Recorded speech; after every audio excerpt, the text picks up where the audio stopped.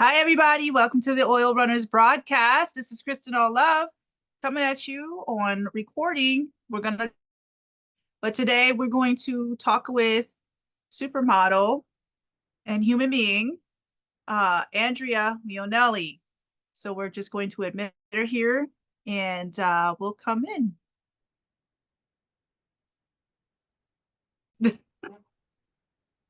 Hi, welcome, Andrea. How are you doing? I'm doing well. How are you, Christina? I'm all right. Looks great out there, though, behind you. Like, Yeah. that's for sure. We're here with Andrea Leonelli, if I said that correctly. Um, Well, I do say Andrea. oh, Andrea. Okay. So Okay. Andrea Leonelli. Did I say your last name correctly? Yes, yes, yes. Okay. Who was once a supermodel who has dealt with sexual abuse and drug addiction and all kinds of other life feelings, cancer. I mean, just a super warrior. So definitely want to hear your story. So wherever you want to start, like that's where I want to start. I just like that, we were talking about health and today, in today's world, health is not what it was back when I was growing up. I mean, the fact that I was diagnosed back in 2010 with a terminal virus that I'd gotten while modeling in South Africa. And it took about 25 years to manifest. And then I did the testing here and, and it was so weird because you don't know what it means when your doctor says you need to come in and see me, and it's not because I'm a supermodel. Right. Yeah, and I go thinking, oh, well, they just think I'm so great. And it's like, no, you have a terminal virus. I'm like, well, thinking, well, you can just go and do some IVs and you can go and just, this was, come on, this is America. And they're like, no, we don't have a cure for it. And so I was given 3 years to live, and people always say to me, what did you do? And I said, I told everybody, thank you for sharing. And I got on the internet and I started researching. And my integrated medicine doctor here in LA, Dr. Gruen, had told me about a doctor in Munich many years ago, because I was also dealing with heavy metal poisoning. And well, the thing is a lot of people get these diseases, get cancers, and get heavy metals poisoning and get that, but their immune system, and we were talking about this before the show, but their immune system is strong enough to handle it. But once your immune system gets compromised, autoimmune disease actually means your immune system is fighting overtime. That's why people go, gosh, I feel so tired. And it's like, because your immune system doesn't know to stop fighting. So it just exhausts yourself. And so when I was told that, that they couldn't fix me here in the United States, there's doctors in Munich, my doctor. Well, I went with a 42-inch PICC line to my heart doing IVs. And I tell people, yeah, we did an antiviral from my blood for my blood, which is the original RNA technology. So also used a lot for like Lyme's disease. And and we're talking 20 years ago. And it's advanced a lot, obviously. It helped the coronavirus a lot. But I also tell people what she really also did a lot for me is to boost my immune system so that my body was healthy enough to fight all these illnesses and to fight off, because I also got Hep C, that we'll get into that later. I also had the heavy metals, and I also had lymphoma, which was another bloodborne. I had stomach cancer. So when you take all that and you go, boy, my immune system was just fighting and fighting and fighting. And I go, today health is so misdiagnosed because we have hidden food allergies. People say, well, how did you get well? And I go, besides doing a lot of IVs and bringing back huge ampules of frozen medicine from Europe, which now, fast forward 15 years later, thank God the FDA is allowing a lot more of these integrated medicines.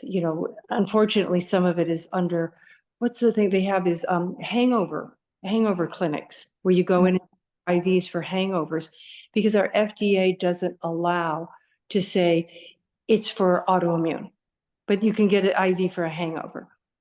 And they're starting to pop up, all over. I don't know about up there, but down in the lower 48, they're starting to pop up all over the place.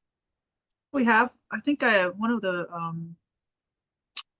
I don't know if it was for a hangover, but when I was getting my medicine sedation, I was sitting there waiting in my IV, and then the lady next to me, she was drunk, and they were using what to get her off of that.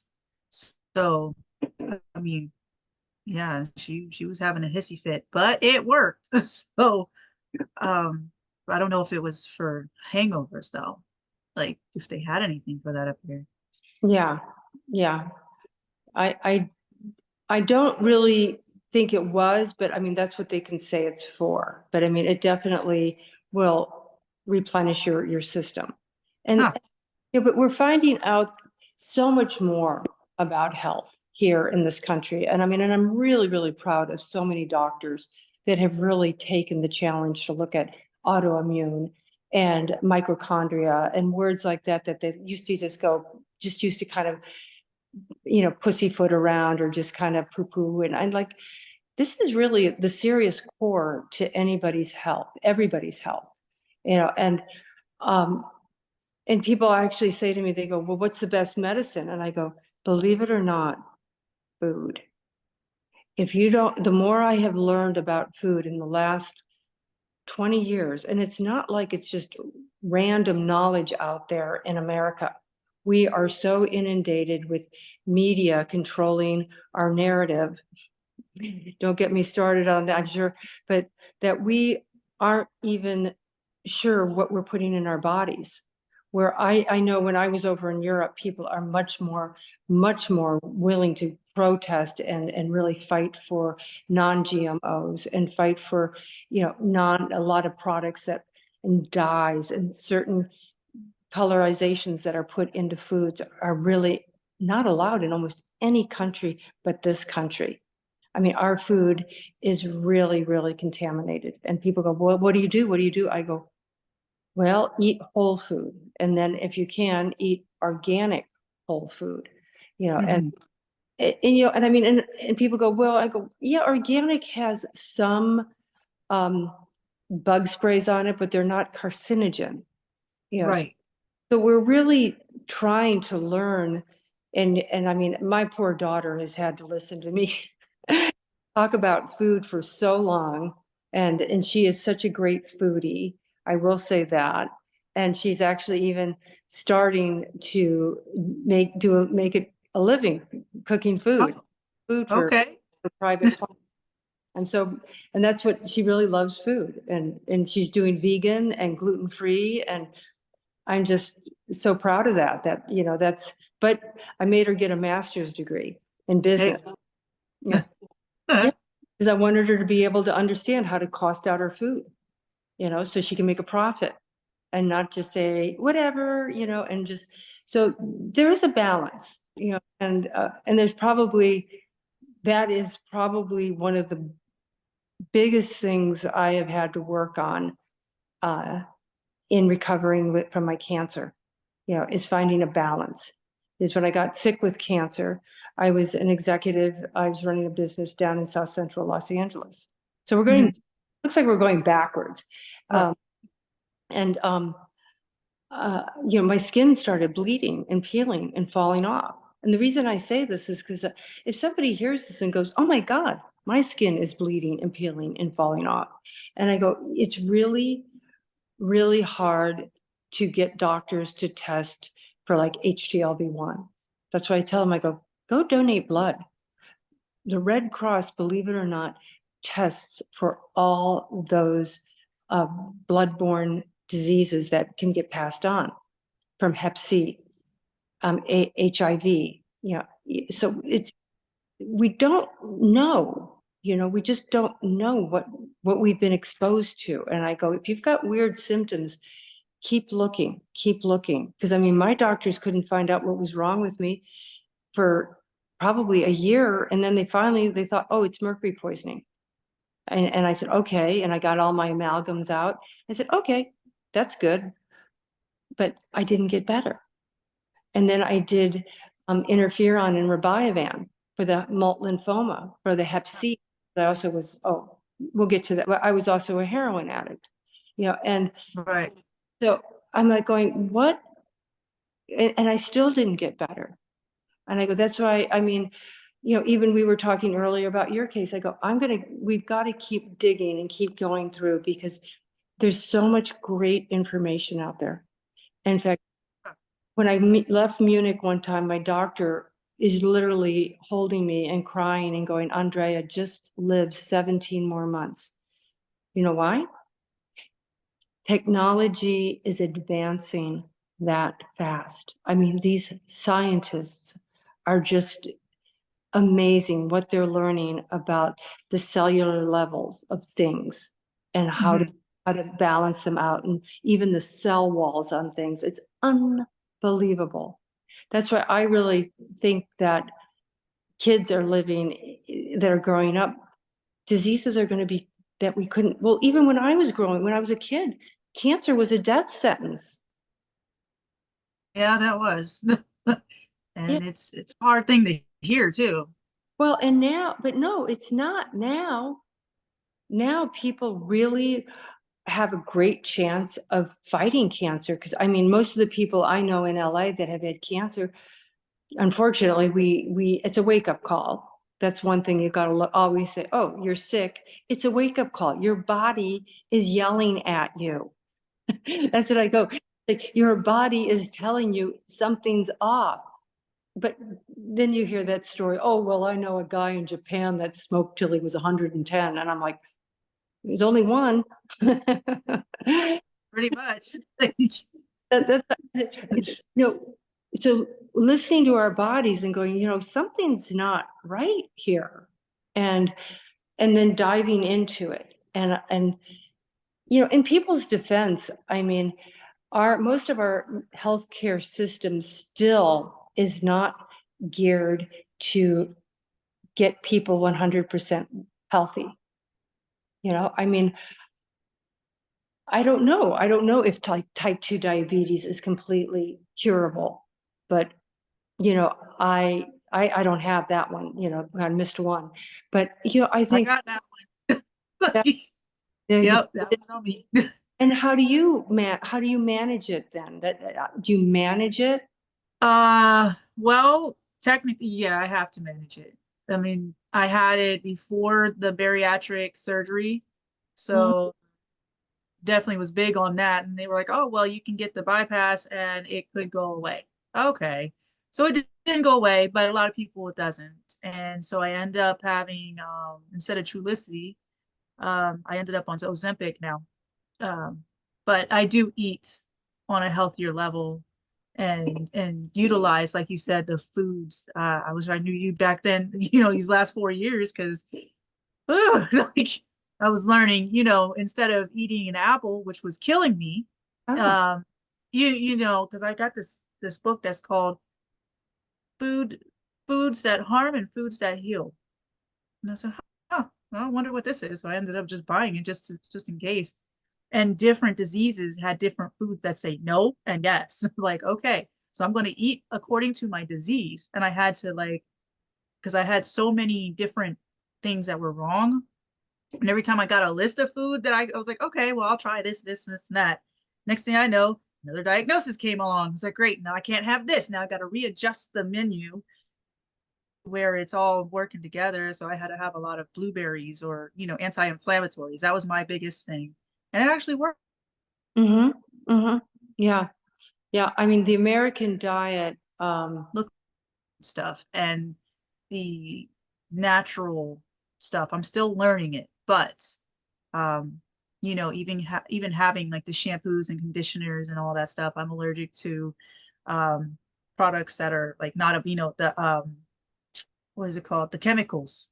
So Sulfate. we're finding this, yeah, just chemicals. And I was like, okay, so now I gotta figure out how to make this stuff to see like how do people live without, like in Hawaii or whatever, making stuff that's not, that doesn't go into the stores, or, just chemical based, and looking at it's like this is a lot, but I yeah, like I got exhausted, but I stick to a certain menu at this point until I learn something new, because that's but I enjoy it. I really do, trying to figure that out. So I'm in school for nutrition, Good, you know.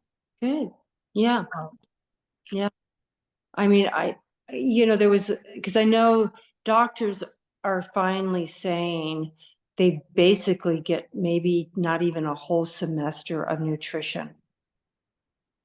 yeah, And yeah, they're really admitting that, they don't understand that whole side of things. And I really think again, it's not like they're wrong, it's right or wrong. I don't like getting into that, but it's like, hey, let's, you should be starting to partner with doctors. They should have doctors, a nutritionist in every family practice should be part of a family practice. And hopefully, right. with it should be a balance that way. That I don't know if the insurance, Eh, that's another problem.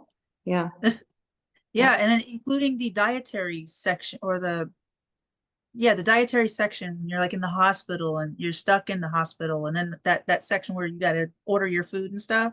yeah, I learned a lot.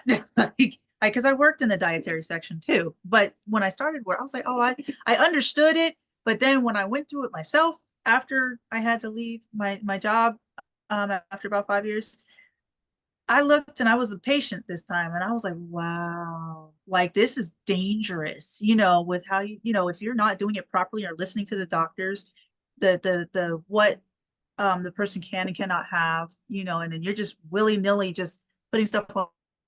Like I was mad, like, because I'm not a hard patient to please, but now when my health is in danger, because I have dysphagia too. I have, the bariatric, which is different, and then my whole body is, I can't have um, glucose, and I can't have all this and that. And then they sat there and they were like, oh, well, speech therapy was like, well, please don't put, like the milk on the tray. Don't give her this and don't give her that. And what did they do? They gave me everything that they told them not to.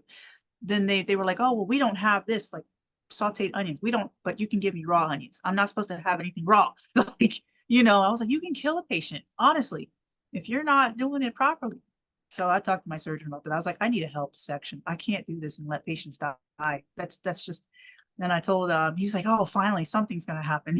It's like I can't do this, but that is an important role in the hospital. Like, but they're being underpaid, or act like they are unimportant, you know? well, being that, um until somebody actually, like, something happens, unfortunately, um things don't always get done. That's, so being proactive, getting people to be proactive is a little bit more difficult, it seems. I'm, I mean,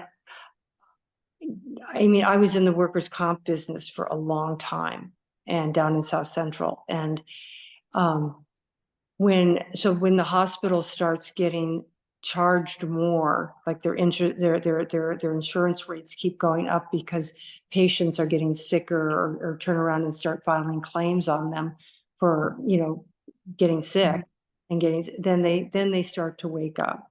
And I mean, things have changed. I mean, that's why, like, a lot of warehouse sites are so safe now, right? Mhm. Back in the old days, there were not safety guards and safety, cutoffs, and, forklifts didn't even have backup sounds. I mean, look at even the backup cameras in your car. I mean, those became mandatory, I believe, in every new car. Don't quote me on that, but because a few people ran over their kids. That's what That's it, so sad. but that's what it took. Yeah. I mean, and I mean, and it's just, but we have evolved. I mean, so people did change, you know, I mean, it's not sad. It's just human nature. I mean, I go, Mhm. well, you know, but the fact that we're talking about nutrition so much now and type 2 diabetes is epidemic. I think obesity is the #1 epidemic in America. And that's right off the CDC app. You know, when you have all these diseases, you download the CDC app on your phone. That's how. That's, Yep. well, well, you know, and I do like you and I are some of the few people that go, I need to take responsibility for this disease. You know, I mean, I, like I said earlier, I said, you know, I probably did deserve it, being that I was, you know, a heroin addict and I got Hep C, but no, nobody deserves that. Um, you know, especially since I had enough self-love to get sober and stay sober, almost, you know, almost 40 years now. I go, you know, it's not, and I tell people, I go, we are able to think things through. And, you know, and to be able to go, wow, you know, I've got to, we've got to, this country, I always talk about to people about self-discipline. I mean, Mhm. who else's responsibility is it? And I go, and we also have to look at researching our diseases. I mean, I don't know if I'm interested in your disease, but I mean, but I did think I might know somebody that knows somebody that know, you know. So yeah, but I mean, we have to do that. And I don't know that many people that do that, but I do that. I lead by example.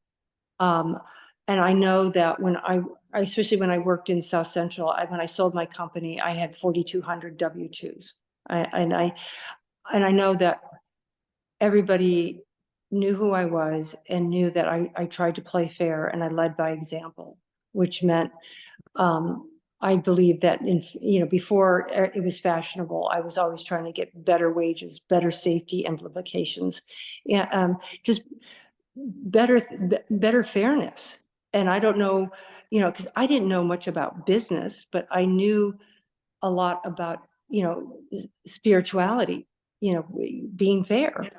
You know, I knew, so people say, well, how did you know how to do business? I said, well, you know, if you practice good principles in all of your affairs, generally it's good for everyone, you know, and when you're trying to get your clients to treat your employees better, guess what? They get better retention. And then the employees also do a better job. And now now they finally figured it out. And, you know, Harvard's got some new buzzwords for it, but it's the same can of peas, you know? And I go, you know, and I'm so glad because things go in cycles. And I'm like, why would you ever think somebody's job is better than someone else's job? You know, and you know, so like even when I started in die casting, I don't even know if there's die casting in this country anymore. Um, but you know, just good old blue collar workers had, and I mean, and I would walk through the foundry and I would pick up trash on the floor. And I go, you know, you have to lead by example. You know, so yeah, and I go, you know, if you want to be a good example to your employees or your children, you have to lead by example. So, I mean, it's the same thing. If I tell my daughter not to eat sugar, but I'm sitting there sucking on popsicles all day, you know, yeah, and it's true. My parents would tell me not to smoke, and both of them sat there and smoked, chain smokers. You know, so Yeah. I smoked when I was younger. Thank God I gave that one up. But I just think you and I are so amazing that we were dealt shitty cards, you know, and we decided to say, you know, we're human beings. We're the most intelligent, supposedly. I don't know if all of us, but that's supposed to be, is a bad joke.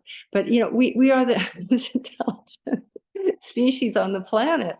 And I go, we can start getting people to say, hey, and we've got these computers that have mega information on them. And I go, if we can get people to start researching and like even when people would say, how did you get through all these diseases? And I'd say, yeah, I had some doctors here, doctors in Munich, but even my doctor in Munich, I would sit there and talk to her about the R&D on HTLV1, and she's like, and Hep C and all this, and she's like, and we'd have a great conversation. And she goes, Andrea, most people don't even look up the disease they have. I said, so, I mean, whose responsibility is it for their body? I mean, and so people would say, well, but the other thing is, so I still have quite a few doctors. It's a maintenance program. And, and more and more doctors are doing the teleconferencing thing. And we'll start talking, and they'll be trying to look through papers and that, and I'll go, let me get you up to speed. Because tell people, you have to realize your doctor probably has, I'll be kind and say, at least 1,000 cases. So I go, Yeah. they kind of remember your name and they might remember a few broad strokes, but you got to bring them up to speed quickly because it's a teleconference, a half hour is a couple $100. But, so you bring them up to speed with what you've done, what the results you've gotten, what your questions are. And I tell people that, but if you haven't been doing your responsibility, grow up, it's your responsibility to take care of your health. And people, Yep. and I mean, I remember back in the old days, well, my doctor said, and I went, well, and then we found out our doctors don't know nothing about, nutrition. And I'm like, wow, okay. So we are the warriors taking responsibility for nutrition. And I am so happy to see young kids that are really questioning things, but not in a negative way, but in an assertive way, in a solution. I want to find solutions. And that to me is always looking for the solution, not who to blame or why didn't they do a better job. And I went, well, we're where we're at now because of all the things they did preceding this. That draws Yeah. us to ask that significant question now. And they're like, oh, Right. we used to believe, a lot of things. And I mean, and thank God there's a lot more transparency about the BS on, sugar, tobacco, some of the big processed foods. I mean, thank God that's finally getting blown open. But who has access to healthy foods? Right. That's a Yeah. sad, but I mean, and I mean, I haven't looked it up, but do you know what the #1 crisis in the world is? I'm Clean. guessing. Oh, go ahead. Oh, never mind. Like I was gonna get it wrong. I was gonna say hunger. Well, you're Like, close. You're very close. Clean water. oh, Yeah. Yeah. So how many people have to boil their water? Yeah. Yeah. huh. Yeah. Which brings, and also Wow. been talking about health for quite a while. I'll segue into that and saying, because it just flashed on it. I go, in America, we women have the right to say, I'm an incest survivor. And I am. I'm saying I am. I'm an incest survivor. And in a lot of other countries, it's almost a normal way of life. I mean, that's sad. That is. Yeah. And Yeah. I Up think, here, yeah, up here in Alaska is like that. The natives, they have a lot of that in their colonies or their groups, and it's really sad to see. why do you think they don't speak out? They literally don't speak out because the governmental system, because when the Russians and the Americans came in, it just pretty much bombarded Alaska and the natives up here. And I've questioned a lot of them because I was like, I'm just curious what the heck is going on here. And they said anytime that they spoke out, they were made fun of. They were told not to speak their own language, and if they spoke their own language, they got beat. And they were forced to do what the Americans did. They took away the trading, all of that. So so now the mental health has gone down. So now all of the families are when it's like a it's if a person, you have to come in there correctly to be able to talk about mental health with them. Otherwise they're going to feel like they're messed up, or not heard. But they literally beat on the women. They'll sleep with the kids, and then it's all that crazy mess, and it's a secretive technical society in there. And so like they just don't have a way out for some reason. They just don't feel like they have anything. So the whole system's messed up. It needs to be changed for sure. And give it a fairness. But yeah, this I don't know why the incest is very heavy in there. And there's a lot of homeless. And Oh, yeah, like there's a lot of homeless in that situation. And it shouldn't be like that. So that's one of the causes. well, taking apart any part of that, I mean, running away, is a very good reason why, I mean, as an incest survivor, I know I ran away a couple times, tried to get away from it. Not that there was anywhere to, Mhm.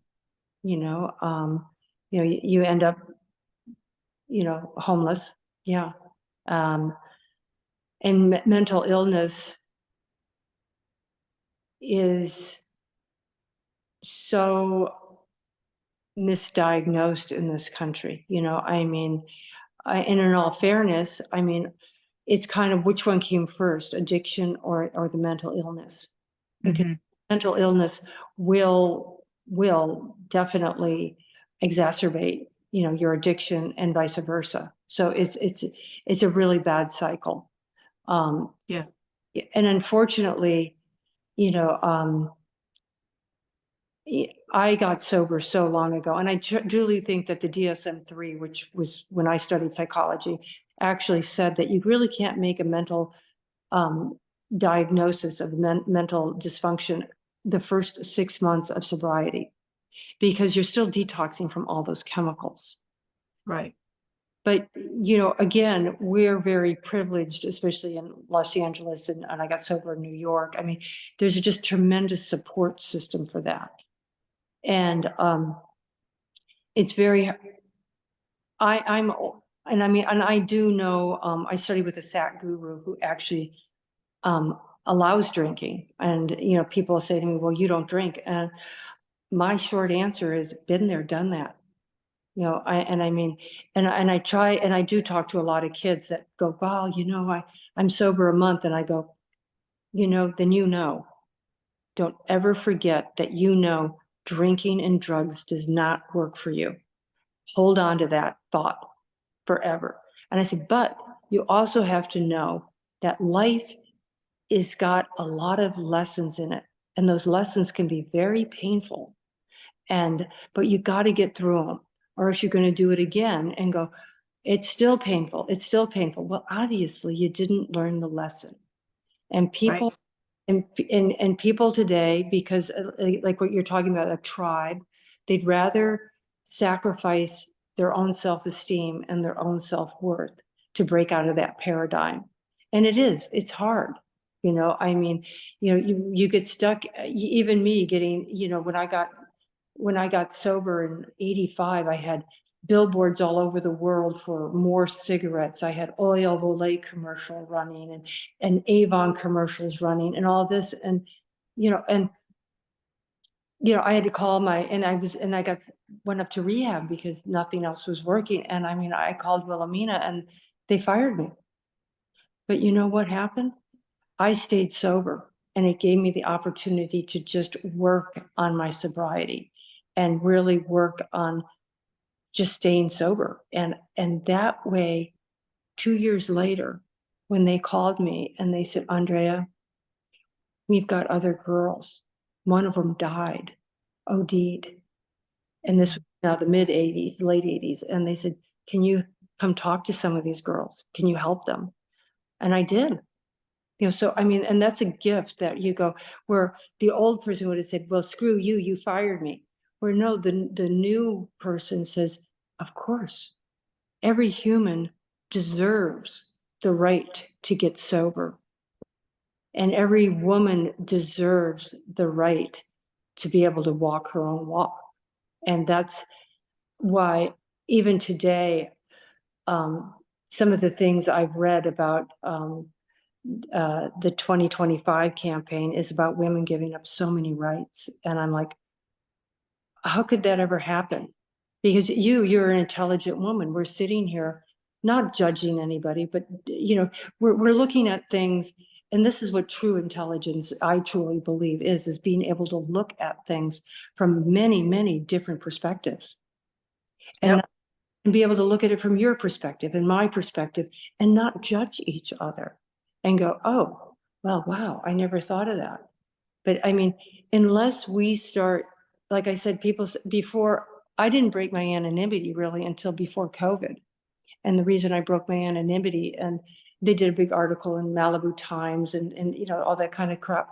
And because there was an opiate epidemic going on. And I really, really wanted to tell people, because I was in a car accident. Okay, now I'm going to segue to that. I was in a car accident back in 1996, and I was thrown out of the car, and I was left a quadriplegic, and my husband was killed instantly, and I became a widow.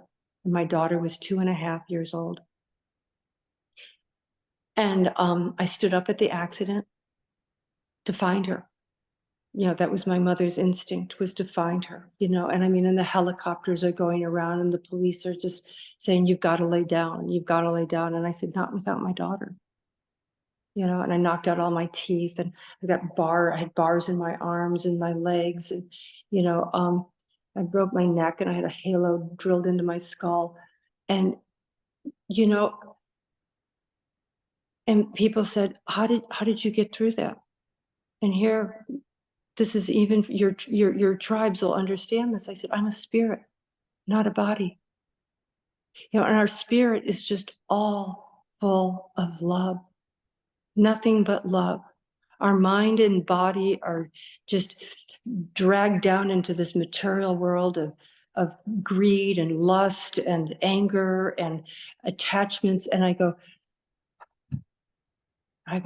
we've got to keep striving to remember that we are spirit first. And that's truly, the spirit is nothing more than divine love. And I go, we have to remember that. You have to remember that. I mean, and I study with somebody very elevated. I mean, Sri, I'll give him a plug.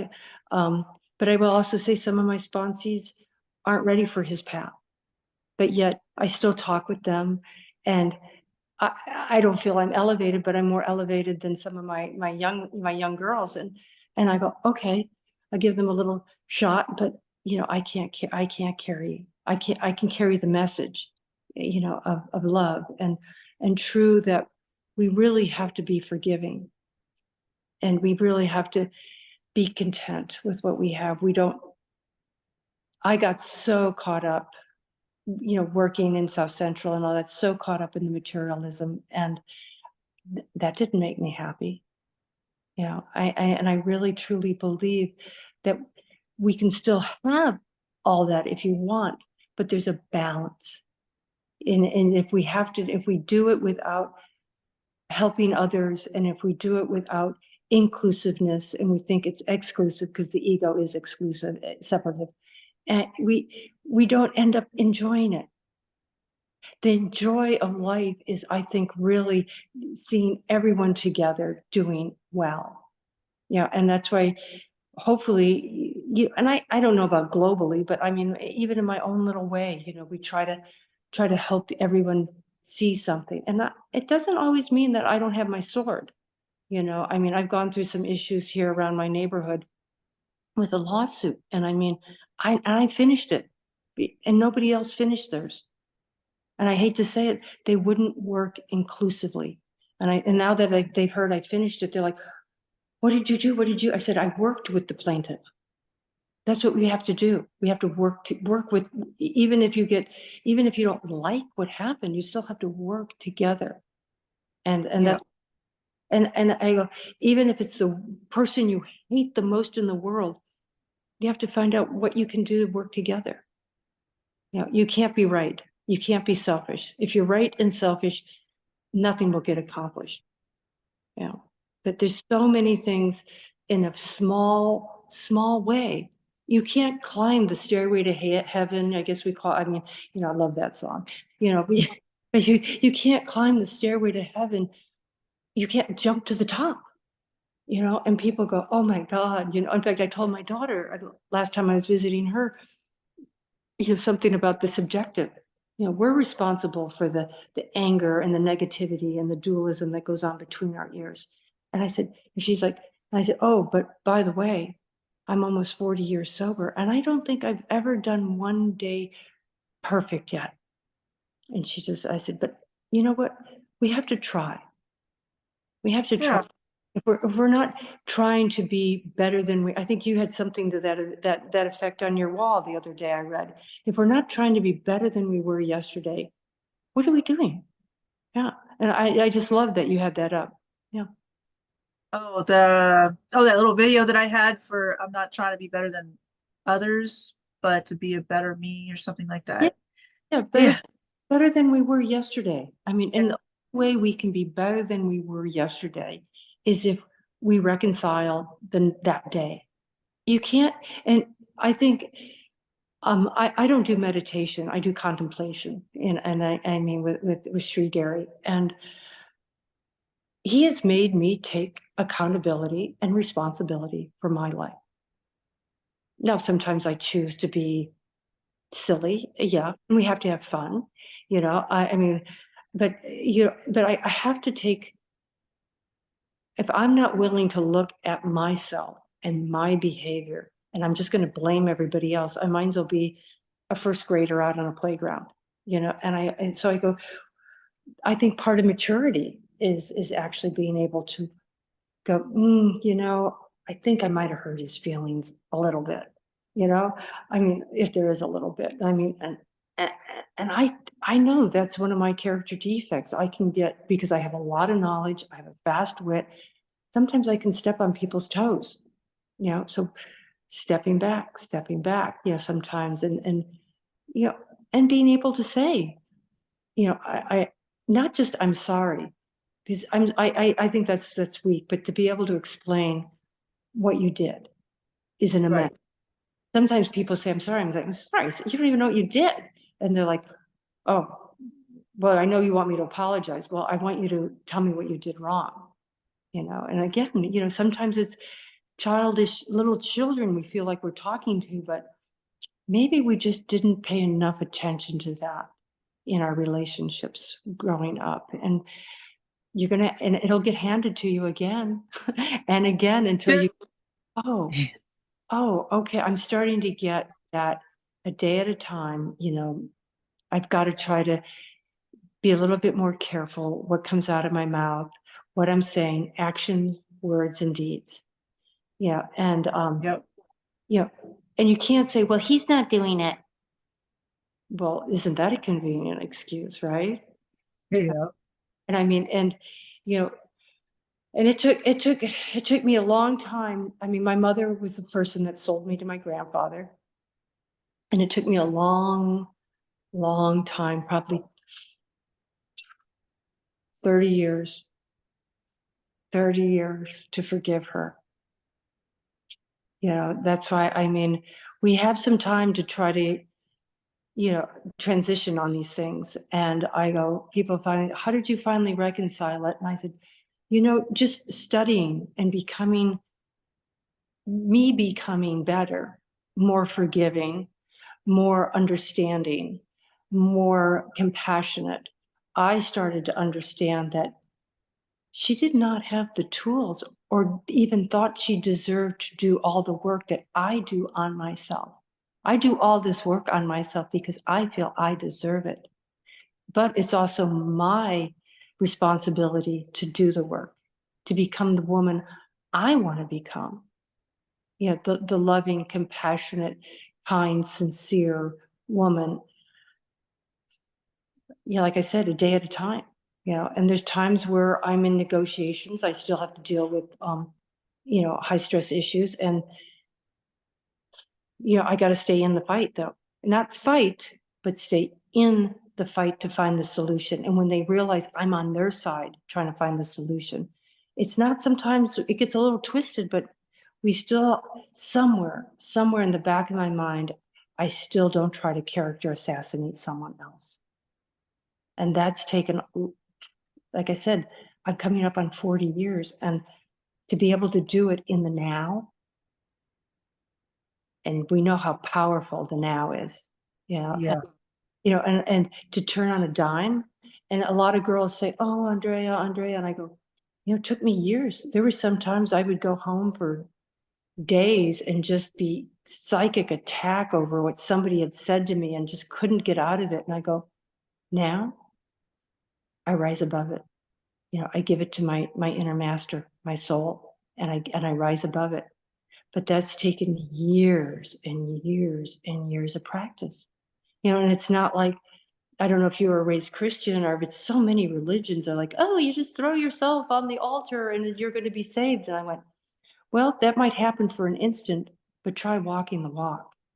So I asked these people up there, you can only blame the American government for so long, but that was then. What do you want to do now? Yeah. I always tell people, well, my mother sold me to my grandfather, but I go, that was the best she could do. Because women back in the 60s, and they didn't get great jobs. They didn't have opportunities to really exceed. It, we've come a long, long way. That's why I go, women, don't give that up. Don't give up your rights to be a partner. I mean, I think most of my women friends are also very successful. And I love talking with them, and we all have successful and very intelligent partners that like bouncing things off of us, that like knowing that, well, we might have a different perspective on things. And I think that that's really important, that we don't try to beat up each other with our opinions, but go, I also read something else that I think might actually be important about this, or I've had experience with that, and to value each other's opinions. And we, like I said, with my daughter, wow, when I see these young guys today that almost think it's normal to have a strong partner that can contribute physically, emotionally, mentally, and spiritually, to be able to have that kind of partner, it only makes the team stronger. Yeah.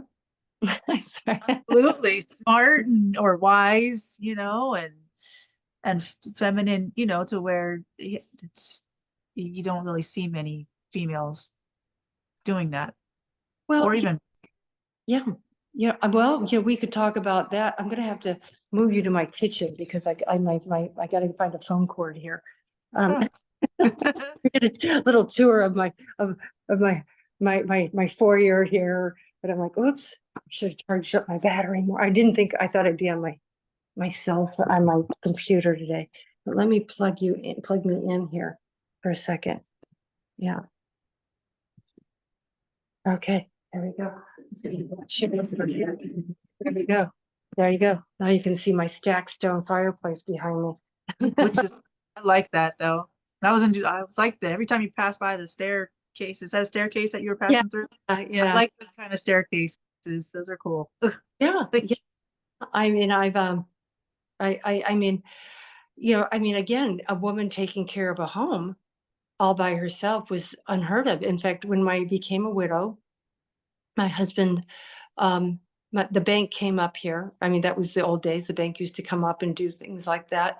And um, I guess a banker said it, so I think it's true. He said until 1945, women in California, I can't talk for everywhere, were not allowed to own property solo. And I remember, and so I was talking to my pharmacist, a woman from Iran, last week, and she said, "Oh, it's still like that in Iran." I said, "So if your dad dies, your mother has to give the property over to her brother, or?" And she says, "Yeah." wow.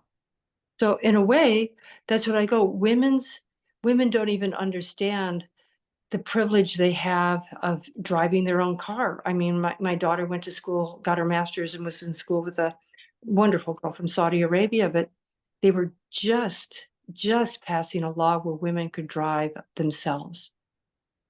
This was maybe 5 years ago, Wow. maybe 7. But I'm thinking, we really, I mean, I didn't want to talk about women's rights. We don't understand how far we've come in being able to vote and being able to dress the way you want to dress, and being able to report a rape and not be put on the stand and be ostracized and objectified. In the old days, women wouldn't report rape because if they were put on the stand, they'd feel as though they'd be made to look like they asked for it. So Yeah.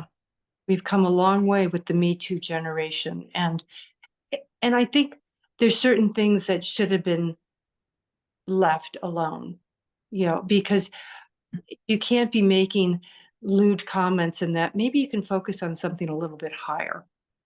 And I think truly we're all looking for real love. I truly do think that. And, you know, um, I know my daughter like calls me a boomer all the time. And I'm like, yeah, but she says, and I did grow up in a sex, drugs, and rock and roll in New York City modeling. You know, and it didn't seem that we were that bad because I guess I thought everybody was doing it, but it didn't really help the partnership and the dynamics of real love that a man and a woman can really accomplish. I mean, I'm talking about really kindness and consideration and thoughtfulness, which is so much more touching, yeah, than just the physical act of, copulation. And I'm going, we need to remind ourselves that those acts of understanding, and like you, I mean, look at you taking time out of your life and your illnesses to bring a message up to Alaska that has that talks about compassion and people's journeys and healing, and like you, it's not easy what you're going through. What I've gone through is not easy. Do I have regrets over some of the things I did to myself? Absolutely not. I know, unfortunately, back then, what I did to myself was the best choice I could make. And that's why I think sticking needles in my arm was a horrible thing, yes. But can you imagine, because of the repression that women were under back then, that's the best choice I could make? Because everybody still wanted me to look like a pretty little girl and everything's okay. And I'm like, we women have a voice today. And I think that's why, I mean, I didn't realize I was going to be so passionate about this today, but we have to make sure we don't give up our voice and have the right to be in boardrooms and be a good balance. And I mean, I know so many successful women that are a good balance in boardrooms, in the courtrooms, attorneys and that. And we really have to be able to say we don't deserve to be there, but it's a good balance for our country to have women in powerful positions, in executive positions. And likewise, men should be in women's roles. I mean, why should we ostracize a man if he wants to stay home? Yeah. So there's great scenarios instead of these, this is the way it's got to be, I mean, this is the way our parents did it. And I'm like, I don't know too many parents that I would really exemplify and go, boy, that was great. There's a few, Yeah. I agree. but I mean, the struggles that people feel they have to fit into, I feel causes a lot of mental health illness and a lot of addictions. and trying to fit into a certain mold or a certain character. And me, I've worked with creative people all my life, you know, and in fact, I just got done doing a feature film. Yeah, Be- what's that about? okay, yeah, being the producer on the other side of the camera. And it was interesting because like the first couple days of the shoot, I was getting everybody organized and, you know, just people coming at me. And I had a production company up in San Francisco, but so a little bit already kind of knew, but you know, the girls kind of recognized me and they're like, well, aren't you going to be in the movie? And I'm like, oh my God. I said, because I was also involved in helping with rewrites and helping with pre-production and locations. And I mean, I have gained so much respect for the production people on a film. They are just Mhm. amazing how the magic happens. And I'm not, I, and like, I don't want to tell you guys the magic, but you know, because that's all technical stuff. And I just think the audience should really enjoy the magic of the story. And this story came about as we were going to do a documentary on homelessness. And I know you talked about homelessness up in Alaska. So, um, and down in Skid Row, it's I guess I think it's number one. We rank number one in homelessness down there, and it has a lot to do with mental illness. And we saw people that were getting into these hotels that would been renovated Mhm. decently, but they weren't great because um, they should have been torn down because they didn't have good electrical, they didn't have good plumbing, things were always breaking, and they weren't getting the services they needed. And then but they had their own apartment, right? And but they put them in an apartment without any services, and you put a mentally ill, borderline person in a isolated studio. It's not good for their mental health. It No. only exacerbates it. And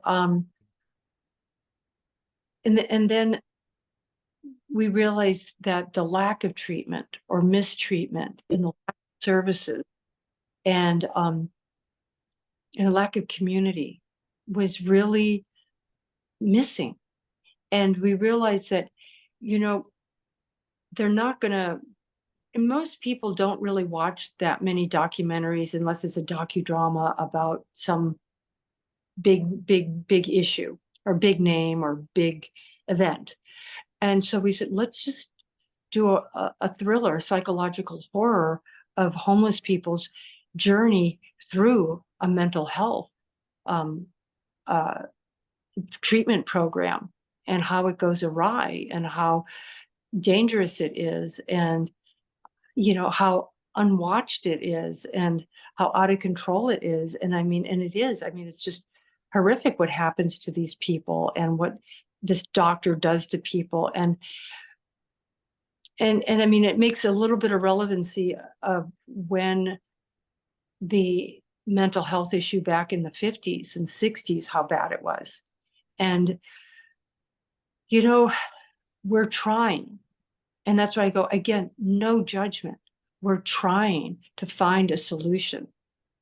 Um, I still have, I mean, I usually don't ever say this, but I still think I'll just say the 12-step programs have a great effect as a group. They do get people that are having those issues and they get them in one room to talk about whether it's drinking, emotionalism, um, family, whatever issue it is. And we are finding that people talking about these things together, and there should be somebody monitoring it somewhat. There usually are some elders, um, that it really helps people feel inclusive, back to Yeah. exclusive. And I go, when you're talking about inclusive, exclusive, if you exclude people and get them alone, and unless they're completely self-realized, you know, that's And I mean, and that is a goal, is to become, for me, to become self-realized in this lifetime. And otherwise, if you haven't cleared away all the wreckage of your past, you're going to be psychically attacked all the time. And we just find that groups and groups, they dig together, they help each other to bounce off of each other and go, okay, okay, I'm not so crazy. Someone else is going through that. And, you know, I even had suppressed the nightmares of incest. And when I was 2.5 years sober, I started having these nightmares. And I went to my therapist and I said, what's going on? And her eyes just got big as saucers. And she says, you need to go to the Carol Horney clinic, the incest survivors clinic. And I'm like, oh, those aren't nightmares. And she goes, no, it was real. But I had suppressed it for 2.5 years. That's how much drugs I did, because I didn't want people to think something was wrong with my family. I was supposed to keep the family secrets. And I can only imagine how many women there are out there that feel they have to protect their family. Yeah. Don't, in fact, I was told when I started remembering this back in 87, oh, don't report it. They wouldn't, my family asked me not to report it to the police because they didn't want my grandfather to get in trouble.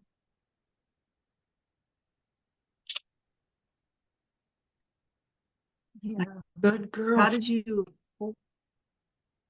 yeah, how did you get past that thought to, um, I mean, I know you were older when that got taken, but I mean to not report your family, to report your quote unquote report the incidences. How did you get It's past? only become a little bit more acceptable to report it in the last maybe 5 years. You didn't do that to your family. My if your elders told you not to report it, well, and there's this friggin' thread that I was still holding on to back then, that said, well, maybe if I don't report it, I'll get my family's love. Mm, yeah, so Because you have to remember, pedophiles are very smart. They yeah, tell children it's a special love, it's a secret love. And pedophiles are usually, he was pretty good. He was good to me and my mom. Bought us lots of things, cars, pianos, piano lessons, all kinds of stuff. So pedophiles are pretty smart, I mean, to keep that secret. And even though inside, I mean, there's got to be so many women that are going, yeah, but I need the money and I need the groceries and I need, I need the car and I need my credit cards paid. So they're selling their children to their family members. And the poor kid is just so torn up inside. And it happens to just as many boys as it does women. So yeah, I go, so I mean, I'm the voice for all the kids that are saying, I know this doesn't feel right. I know this feels wrong. It doesn't feel right. I'm the voice that says, you're right. You're right. They're wrong. Your parents are wrong. Your uncles are wrong. Everybody, you're right. But if you keep telling a kid they're wrong, they're wrong, they're wrong, they end up with no self-esteem and they end up sticking needles in their arm. And, I mean, God, I mean, if it hadn't, I mean, and it's such an ironic story that I become successful modeling, because as objectified as the modeling looks on the outside, back then, Wilhelmina really taught us how to be a business, how to treat ourselves like a business and not let photographers and art directors objectify us. In fact, they would say, if anybody hits on you, we're going to blacklist them, because, you're always testing and doing lighting and stuff with people. And no, no. And especially if anybody asks you to take your clothes off, definitely tell us. We don't want our girls working with a guy like that. So they did protect us a lot. And I'm like, oh, wait a minute, this is different.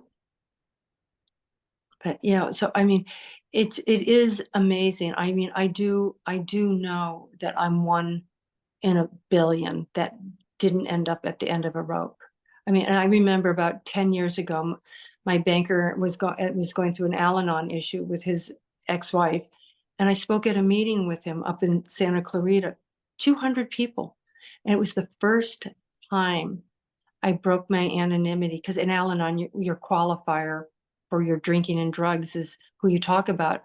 It was the first time I talked about my grandfather being my perpetrator, and that, do you know, at the end of the meeting, I had women coming up to me, hanging on me, crying, thanking me for breaking the silence. Wow. I mean, it is such a secret. And I mean, but it took years and years. And I mean, my family didn't, and people said, well, what did you do? Your family didn't help you with it. And I went, thank God. It was so hard for me to get my head around it.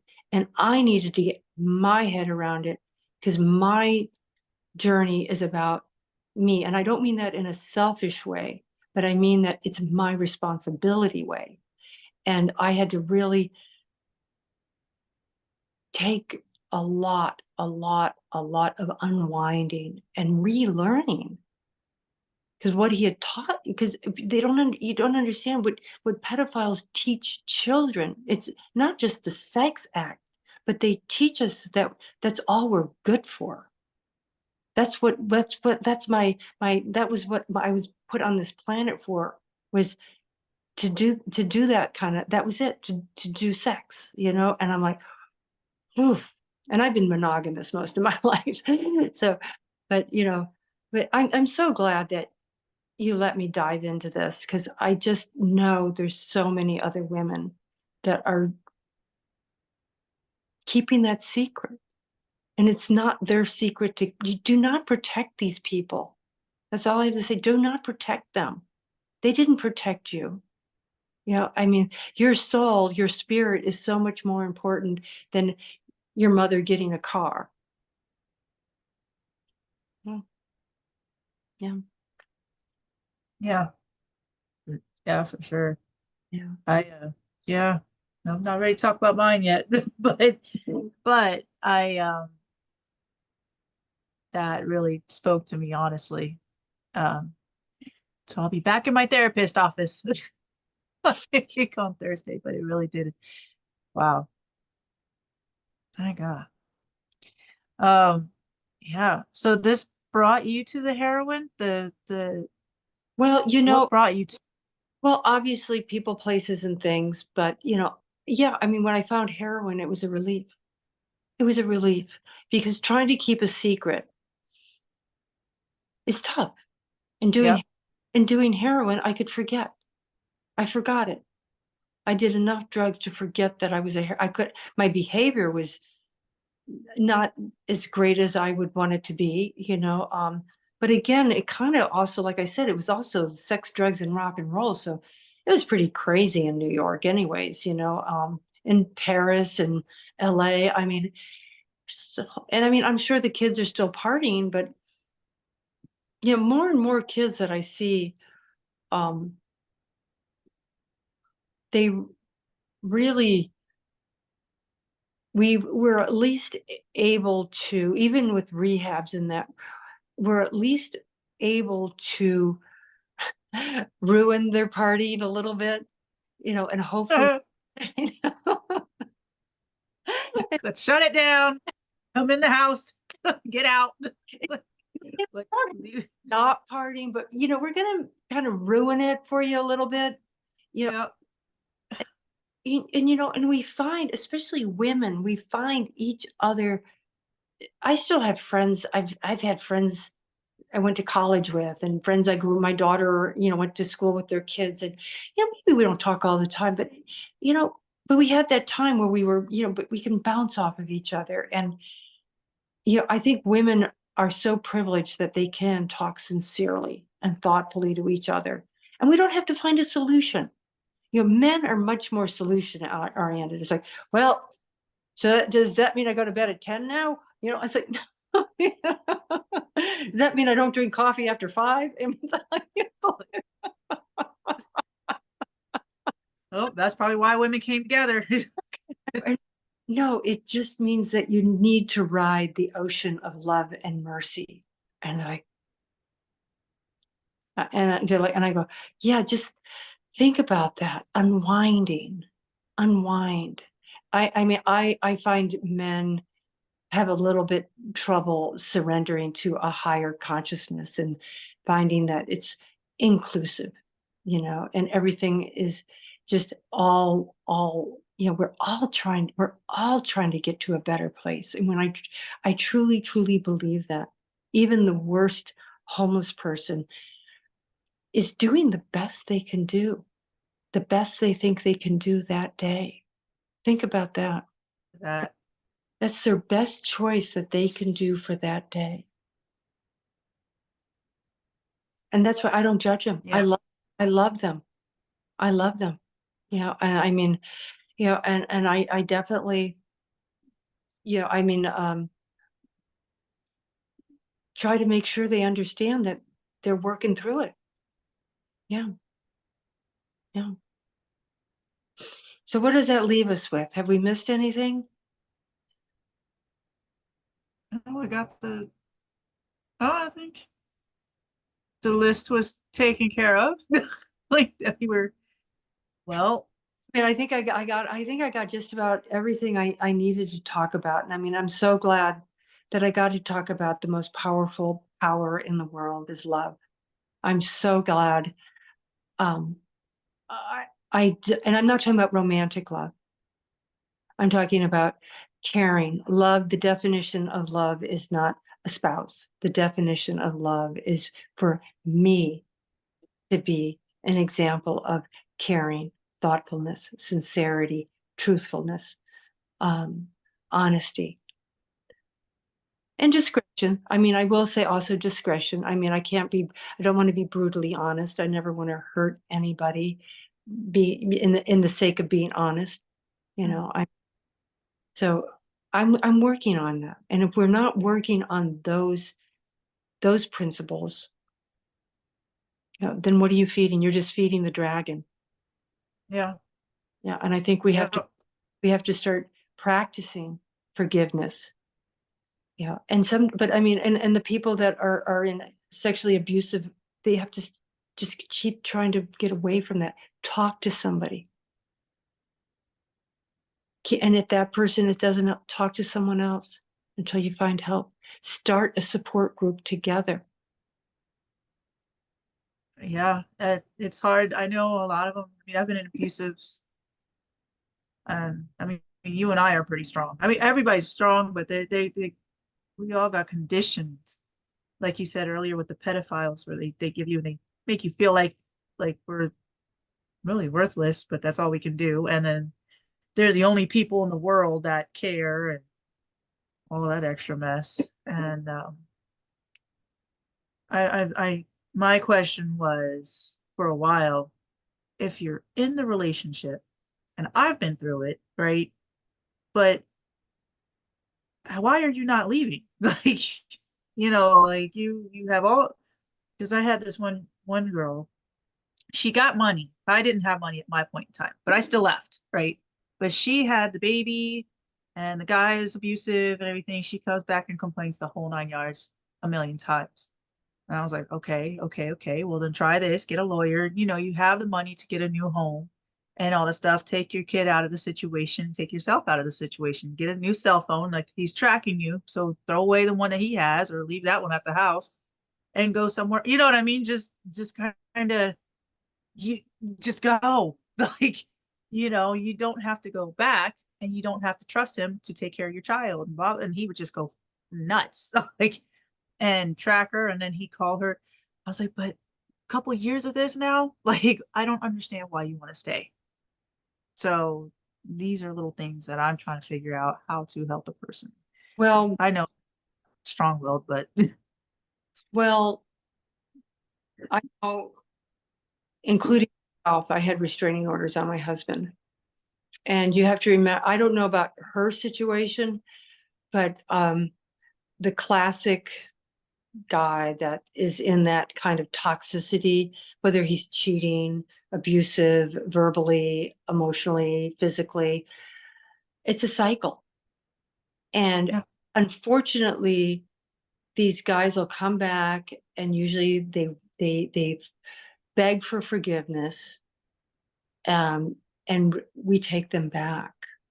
And I don't know, I mean, um, and I have to say, I'm a widow. I mean, so I live in the fantasy that, oh, I'm sure we would have worked it out. But now we try to teach women red flags before they get so deeply involved. Yeah. And we're talking about now, women are talking about, even women that are talking about the 2025, which actually says you don't work. And I'm like, well, didn't they do that in Afghanistan? I mean, did you see pictures of Afghanistan before the war? Women dressed like you and I. Yeah. Mm. It's I hip. didn't see that. I mean, Lebanon too. I mean, it's like, wait a minute. So, that's why I said we can't, to getting out of an abusive relationship, again, if you're not really have the support to get out, and people usually give up on you after one or two times anyways. It's not something I would say we're proud of, but we have busy lives. And so much of it has to be that individual really, really, maybe she needs to do what's best for her kids. Her self-esteem is so low that she can't do what's best for her, but she needs to do what's best for her kids. And that would be a start.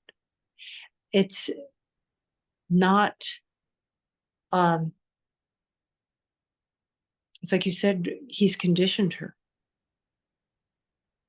Completely. Yeah. Yeah. And then Yeah. the baby suffers as well. Yeah. And, you Yeah. know, Yeah. And that's why we have to be careful of what kind of men we're empowering today, what kind of men we're empowering, that are afraid of women. But I think everything does have to be kept in balance, checks and balances. Yeah. mhm, I think humans are amazing because we can talk. But if she can't be posed the questions of, and it takes time to reconcile that. And I mean, and if she doesn't end up beat up or on drugs herself, she'll be lucky. And I mean, and I really hope to God that I mean, the reason I was a quadriplegic, believe it or not, my husband wouldn't. I was in the back with my daughter of a SUV, and he didn't like us to wear seatbelts. My stepson, who was driving, had seatbelt on, and he got sequestered in the car. So I got thrown out of the car.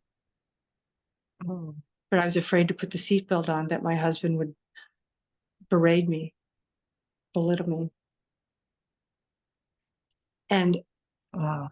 yeah, so I mean, and so you see how subtle that is? And he ended up costing him his life, trying to be the big shot bully. Yeah. So I mean, we are very much responsible for what we bring into our lives. Mhm. And we also, by being responsible, it's a cause and effect. By being responsible for what we bring in our lives gives us the power to have said, I caused that.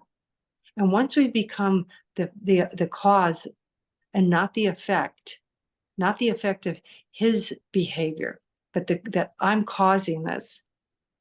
I'm not saying she should turn into a doormat, but I'm saying when we become at the cause of it, then we can also solve it. If you're at the effect of something, you're just the victim. You follow what I'm saying? Yep. So if you say, well, he's doing this, he's doing that, well, what are you causing? And it might just be as simple, well, I'm choosing to stay. So I'm causing my situation to continue because I'm choosing to stay. Right. So you've got to get to cause, what am I causing? What am I causing in my life?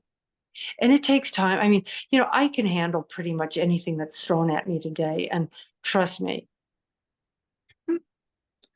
I get thrown still. I'm supposed to be retired. And I mean, this film was just off the charts, but just amazing creativity and amazing issues. And people would say, how do you take it? 10 people yelling at you at the same time. And I said, you know, it's a creative business. If they're not yelling at me, then I don't think they're probably working, because that's also part of creativity.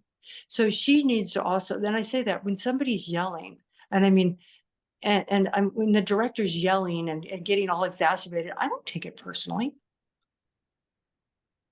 So she has to also look at that. Why are we taking their anger?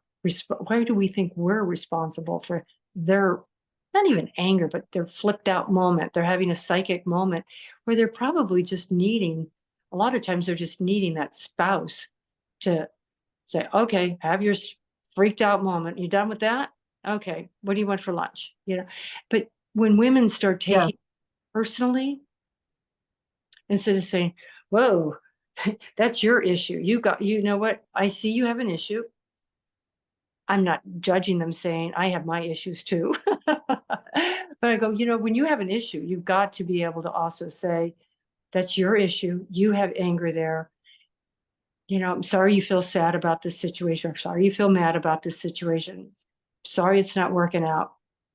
And you can acknowledge it, but also acknowledge, sometimes just even acknowledging, what is it, like their inner child is having a temper tantrum.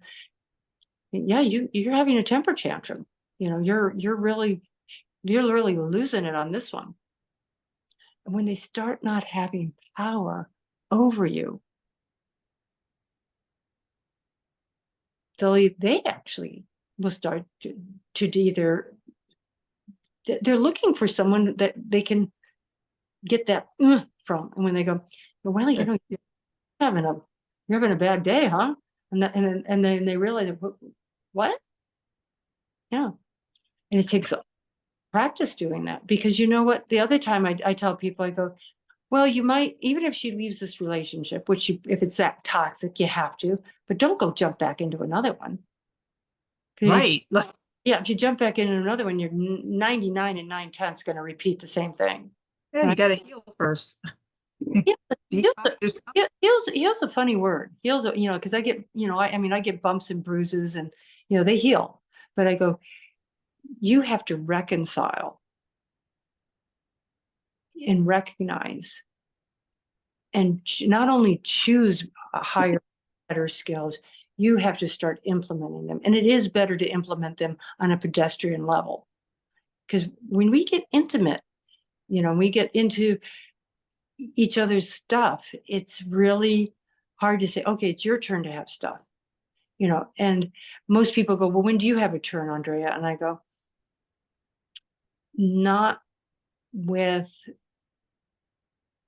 there's certain people that I have certain trusted advisors for certain parts of my life.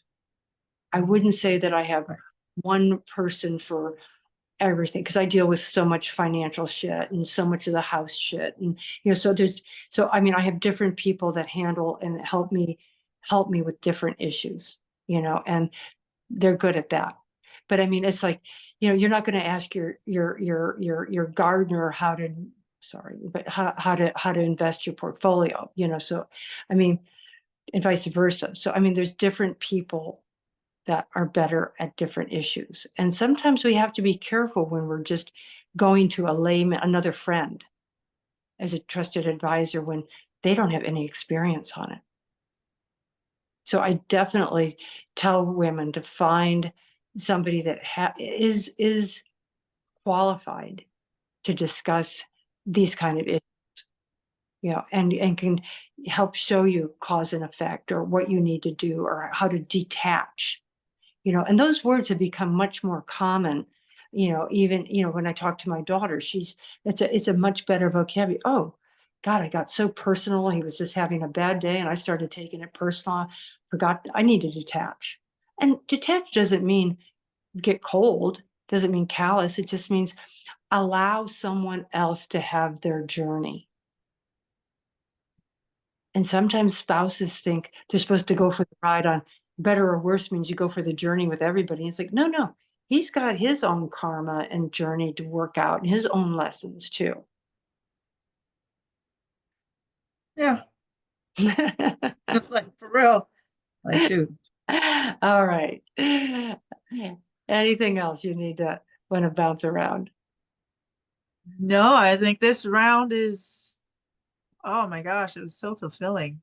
Like, But, I hope I get the opportunity to make, more movies that have interest in today's, you know, issues. We also have another film that we want to get that's has an autistic boy in it, and talks about bringing autism and special needs together. And I just hope we get an opportunity to keep doing that. And I hope people find healing towers.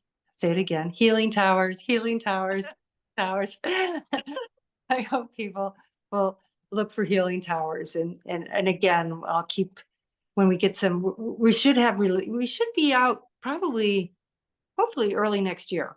I mean, things don't move as quickly as you'd like, but hopefully by you know uh, March, April, we'll be streaming somewhere. So okay. Did yeah. you find anywhere you possibly could stream? We're just closing a deal with the distributor now, so that's the good news. And they've got a pretty good track record. So it's and we're learning a lot about distribution and foreign markets and all kinds of things. So that's a whole nother education. And but there's so many streaming services. We're hoping. We, of course, we want to get on Netflix or Hulu or somebody big, but and there seems to be a good chance of that. So we're keeping our fingers crossed that we'll get Hulu. Hulu seems Yeah. to be hot right now. So yeah, Yeah, yeah. Hulu or the YouTube. There's that YouTube where you can watch movies on there too and stuff like that that people have been on. Definitely. Yeah. Like, yeah, oh, yeah, yeah. Yeah, those are all big. Yeah, I can't wait to see it though. I saw the trailer. It was nice. It's like, oh, wait a minute. Now I'm interested. yeah. It's it was just a wonderful, wonderful experience to and our actors were all so giving. I mean, just really great people. They really, really just everybody got it done. And and I have to say, as much as all the obstacles we had, and budget and that, we finished on budget and on time. So, whew, everybody worked their butts off, and it was really uh, and I hope I get a chance to do it again. So, but Healing Towers, I think, has a very good message again to help keep bringing people awareness about homelessness. So hopefully we get there. Yeah, for sure. But thank you so much I don't want to run another bummer. Thank you so much for having me on.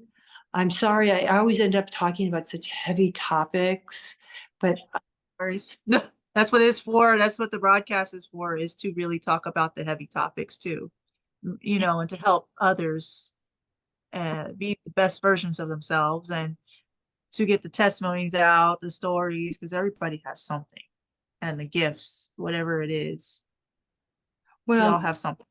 I encourage other people to do your broadcast because it took me a long time to break my silence.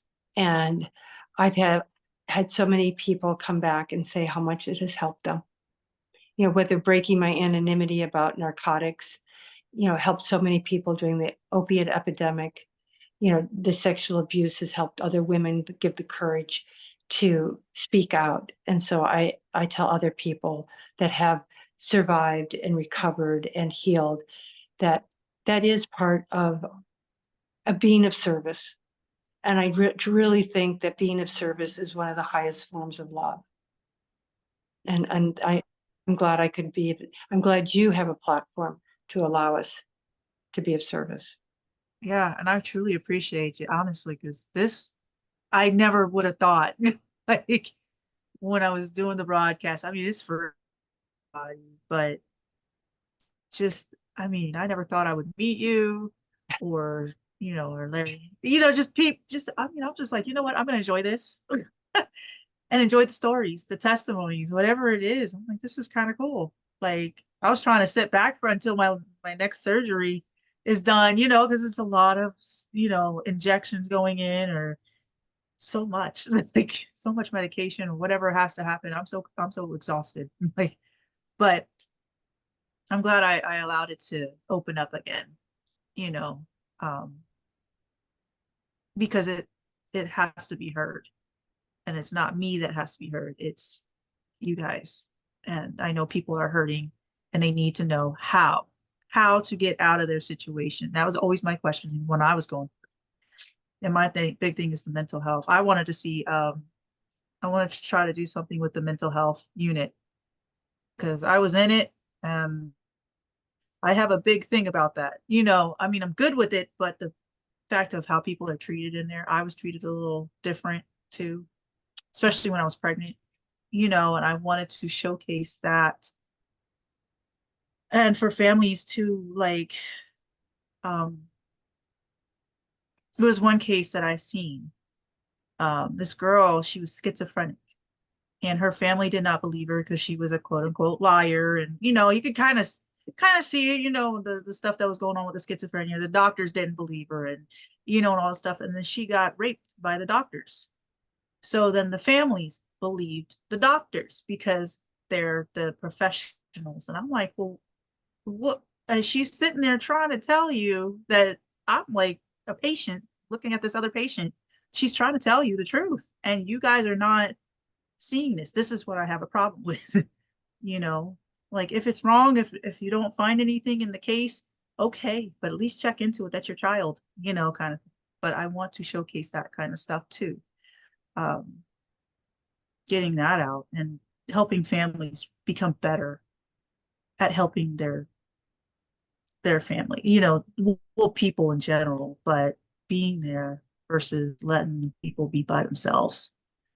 Like I can't do that. Well, but even you know the signs of Yeah. somebody demure and looking down, and there's signs. I mean, I remember when I was back I'm from Ohio. I was back at a clam bake. That's what they do in Ohio. And my aunt took me around the side of the house and tears are just streaming down her face. And she just holds my hands and she goes, Andrea, I'm so sorry. I never knew why he always took you down the basement. Mm. We didn't know. And I just said, thank you. Because my mother was trying to get the focus off of me and pretend like it didn't happen because we hadn't figured out that she was the one that sold me to him. She was in cahoots with it. And now teachers, parents, relatives can see the signs of when a child all of a sudden is withdrawn. That Right. So, I mean, and teachers see, well, wait a minute, last year that you were this outgoing child and now you come back to school and you're withdrawn and you're pulling your skirt over your knees and you won't look up and you don't want to participate in class.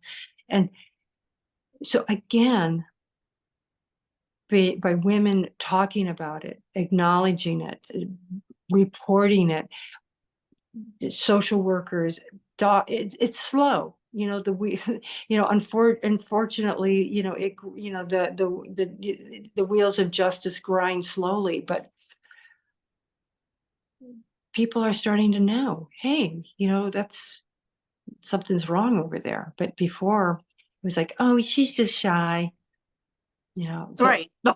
we're starting to learn, like you and I, just we know where our parents didn't know. In fact, if you did know, we just don't talk about that. You know, women don't. Let's Mhm. pretend everything's nice. Everything's fine. Everything, just pretend like everything's fine. We don't have to pretend like everything now, and that's fine. That's what the truth is, and that's being able to live the truth. Is being able to say, "I'm not fine," instead of trying to pretend like you're fine. Yeah. Try to pretend that you're fine. Yeah, That's too much. yeah, yeah. I For the sake of their father, or for the sake of the tribe, or for the sake of this, or for the sake of the community image, or no, no. You live your truth, and that is so powerful. And I never realized how many people I could help. And by having the courage to step out from my little perfect little world and say, no, no, things weren't fine. No, no, no, no. This is this. No, I mean, yeah, I like to look nice and, be have a nice appearance, but does it, and I don't have to look like what I've gone through, obviously, but I still acknowledge. You yep. have to acknowledge it. You have to go through it to heal. Yep. Yeah. Yeah. Yeah. Like there was a question in my I just got my child behavioral health degree, and there was a question last year about we were in trauma class, and she's like, so are you angry about something? Because we were learning about the children. You can talk about, it's a personal journal, and she's like, something in your life that you were angry about that you never got. Okay. And then I thought about it. I was like, you know what? I never got a chance to say that I was angry because I was always told that I had to, like you said, be fine, or I went into the mental health unit because I was angry, right? And couldn't speak. I was not allowed to speak, Mhm. otherwise it was a whole mess. So I was like, you know what?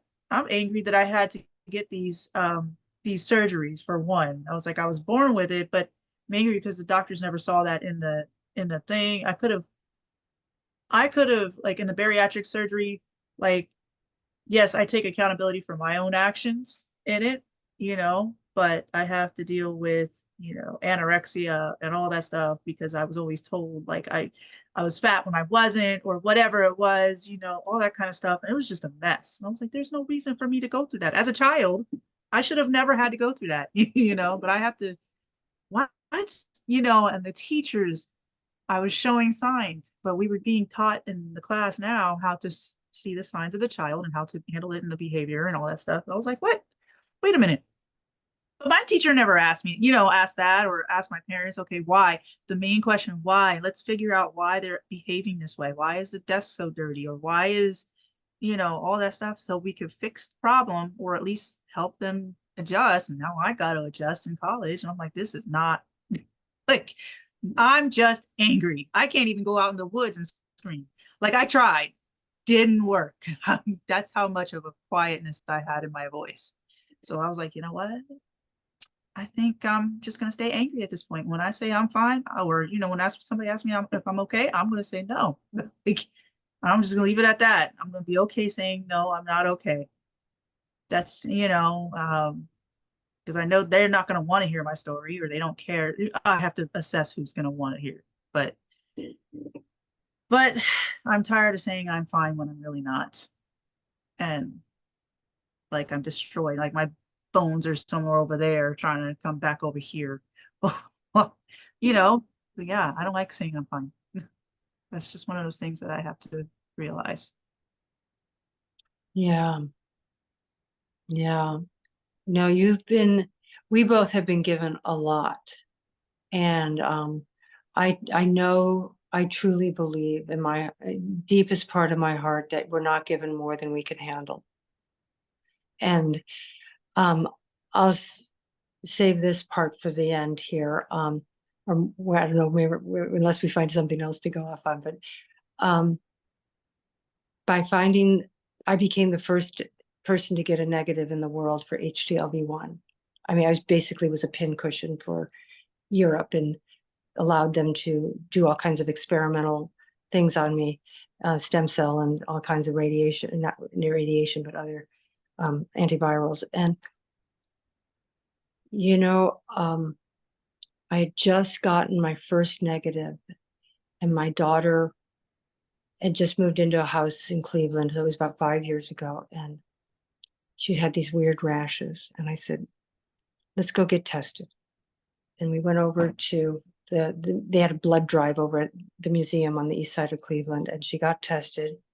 I flew home.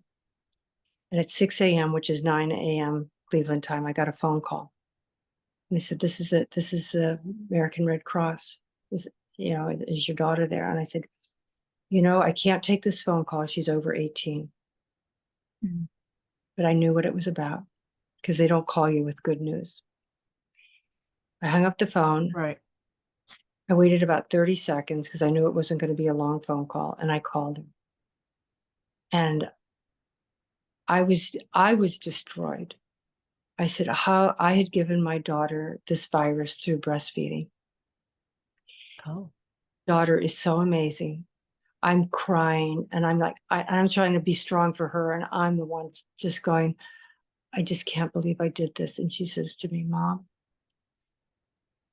she said two things. She goes, one, you didn't know you had it when you had me. Yeah, I know. And she goes, and two, you got a negative. So I know I can get a negative. And she's been working on it and she's almost negative. That's awesome. But she's like 1/10 of a point away now. That's awesome. And I mean, and we've worked together for 5 years. I sent her to well, there's somebody in America now that works with the lab in Greece. And I mean, and so more and more integrated medicine is becoming available in America. And, and he's worked with her on again, integrated issues that are really, really deep, mitochondria. And I'm like, that's why I go, even when I was signing off on these experimental things in Munich, 6,000 miles away, the doctor looks at me and I said, you know what? If this doesn't work and I die, I hope that the research you get from this trial on me, I hope it betters other people. right. And we're just part of it. We're not it, I mean, we think we're so important. And I'm like, no, we're still trying to hopefully make the human race hopefully less combative, I mean, healthier, we're trying to work on all those things, balance it out. I mean, and you're doing an amazing job with this platform. It's just incredible that you have chosen to have a platform that's a voice for people to be heard.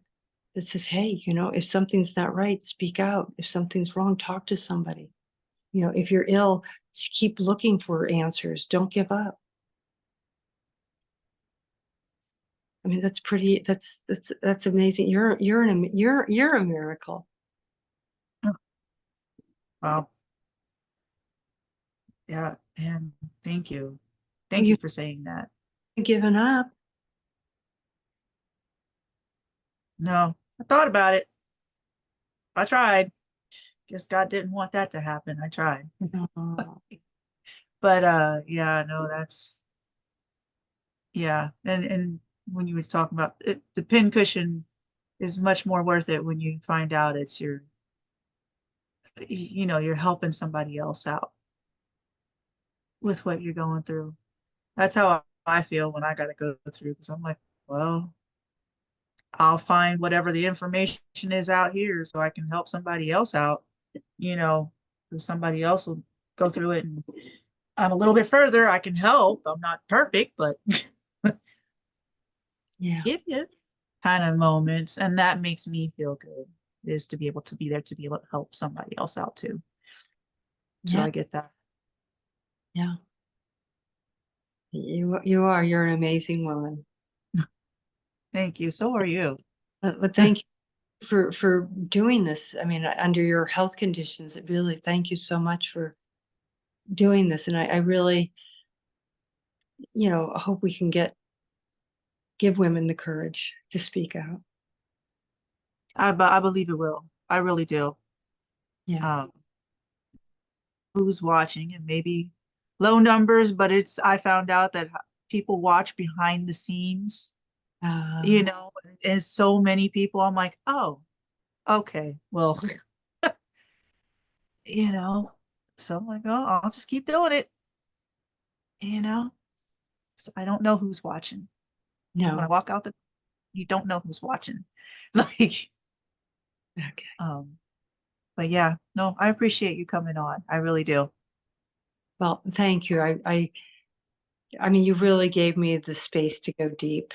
And, if it just helps one person, that's enough. Absolutely. And we definitely invite you back on. I mean, whatever you want to come back and speak on, just let me know. Okay. We can definitely do panels or whatever, or Oh, specific, like I think was it October is the breast cancer month or something like that, and doing something special for that or whatever it is, or yeah. like specific topics. Who Yeah. knows? Yeah. Yeah. Yeah. There's a lot to talk about. But yeah, I mean, if you come up with a panel or something, let me know. It's or if I come up with a group that has a group of girls or something, I'll let you know. Yeah. Oh Just got yeah, absolutely. I'm all for it. okay. Like, Okay. Well, I appreciate it. thank you for having me on. Yes, thank you. Okay. You have a good day. Thanks, you too.